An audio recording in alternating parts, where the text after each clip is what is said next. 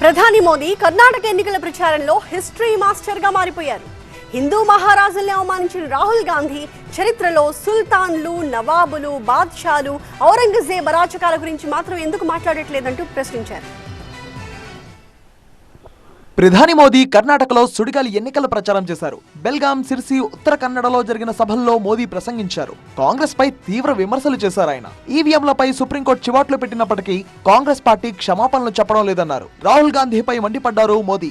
మైసూరు రాజును, శివాజీని అవమానించిన రాహుల్ గాంధీ నవాబులపై, ఔరంగజేబ్ అరాచకాలపై, నిజాంపై ఒక్క మాట కూడా మాట్లాడడం లేదన్నారు. రాహుల్ గాంధీ బుజ్జగింపు రాజకీయాల కోసం నవాబులు, నిజాంలు, సుల్తాన్ల అరాచకాలపై మౌనంగా ఉన్నారని అన్నారు. ఓటు బ్యాంకును దృష్టిలో ఉంచుకుని దేశ చరిత్ర, స్వతంత్ర పోరాటాలకు సంబంధించి పుస్తకాలను కాంగ్రెస్ రాయించిందన్నారు. రాజులు, మహారాజులు పేదల భూములను ఆక్రమించారని రాహుల్ తప్పుడు ఆరోపణలు చేశారన్నారు. ఛత్రపతి శివాజీ మహారాజ్, కిట్టూరు రాణి చెన్నమ్మ వంటి మహానుభావులను అవమానించారని మండిపడ్డారు.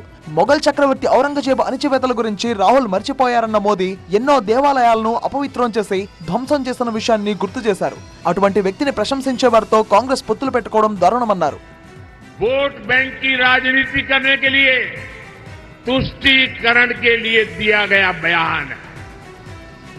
याद रखिए, शाहजादे ने राजा महाराजा को बुरा भला कह दिया, उनकी तो आलोचना कर दी, लेकिन भारत के इतिहास में जो अत्याचार नवाबों ने किए, निजामों ने किए, सुल्तानों ने किए, बादशाहों ने किए, उसकी बात पर तो शाहजादे के मुंह पर ताला लग जाता है.